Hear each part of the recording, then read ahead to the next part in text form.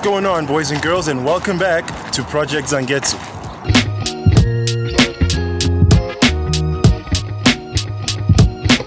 Okay, so it turns out that the Nissan GTR R35 has been discontinued as of a couple of years ago.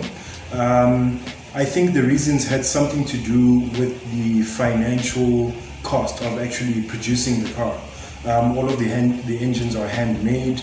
I think a lot of the bodywork is also handmade, despite the fact that they had a factory in Japan, the Nissan headquarters.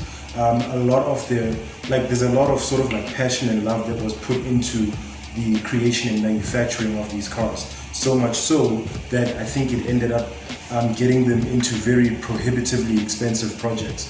So it was discontinued a few years ago, but it turns out that they will soon be releasing an R36 GTR.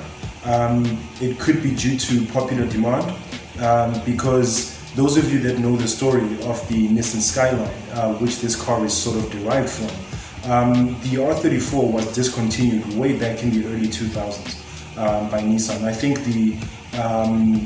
think the latest model that they produced, a brand new R34, was I think 1999, if I'm not mistaken, or maybe 2001, somewhere there. And as of course all of you know, it's a cult classic. It has a huge following in both, the racing scene, the JDM import car culture scene, also like in time attack and track and stuff like that. In fact, one of the biggest noteworthy things that I've always known about the R34 is that it was actually outlawed on the racetracks of Australia under the, on the grounds of being an unfair advantage due to all of the features and attributes of the car itself, down to its engine, its power plant, the performance, as well as the handling, the Tesla ETS suspension system, all-wheel drive, and all that stuff. So it was deemed basically an unfair advantage in terms of being a track weapon. And it also held a lot of records on the Nürburgring as well. As you guys know, that the Nürburgring is a very famous racetrack in Germany, where most of the performance cars were tested to lay down a record-breaking lap time and stuff like that. So the R34 was discontinued way back in those times, either 1999 or 2001, and then eventually, I think 2007, the R35 finally came out because of popular demand, and it enjoyed quite a significant run. There's a lot of iterations of the car that came out. The design, especially in terms of the body and the exterior of the car, was largely the same, including the interior as well. But they kept on improving it in terms of performance, suspension, and all of those things. We also had limited edition models that came out that were above the top shelf models of the R35, like the Nismo GTR, the Nismo Spec GTR. There was other V-Spec and track-focused ones and stuff like that also came out, and until the eventual discontinuing of the car. So I also heard rumors that in the return, when they bring back the R36, they might be partnering with Toyota or another automotive manufacturer, similar to how Toyota has done so with Mazda and BMW for the release of the Supra. So I think that might also have to do with the prohibitively expensive undertaking of actually having to develop these cars from the ground up.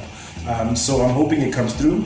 I'm hoping they release a manual model. That might be too much to ask for, but that would be nice, since there also seems to be a bit of an uprising of gasoline-powered engines being brought back, so to speak, and other traditional elements of car culture like that.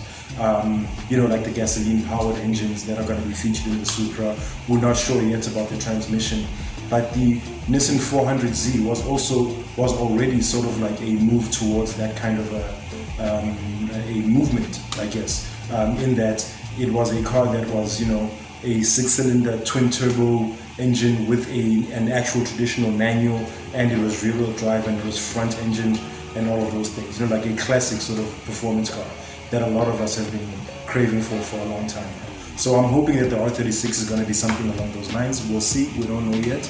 But I hope you guys enjoyed this video. This is just a little bit of a snippet that I had to share with you guys. As you can tell from how I was speaking, I haven't done any specific research to be able to give you guys proper information. It's just something that I thought I need to get out as soon as possible in terms of like, you know, a hit of inspiration that got me and some info that maybe you guys are not privy to yet, because we haven't released a video in a while.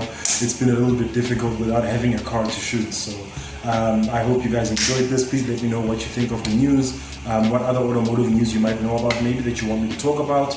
And yeah, and I'll see you guys in the next one. So thank you very much for watching. Those of you that have stayed to the end, those of you that have, please type in the words news hound in the comment section down below, just so that I know who stayed this far. Alright guys, I hope you enjoyed that video, today's news insert on automotive culture. If you did, please go ahead and click on the thumbs up icon to leave us a like, and then please hit the subscribe button if you'd like to make sure you never miss a video, and hit the bell icon so that you are notified each and every time one drops. As usual people, I've been Zwelethwa Mahlangu, and thank you so much for hanging out. Take care of each other, stay awesome, and keep the dream alive.